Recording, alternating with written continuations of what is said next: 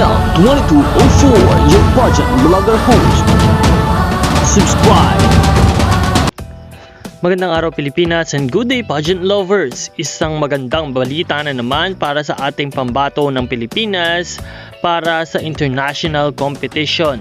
Wagi na naman ang Pilipinas na si Miss Princess Julian Opiaza para sa Miss Fitness Supermodel World Philippines Best in Talent na ginanap sa kompetisyon. Talaga namang kaaya-aya ang galing ng isang Pinay beauty queen na talagang maipagmamalaki sa iba't ibang bansa.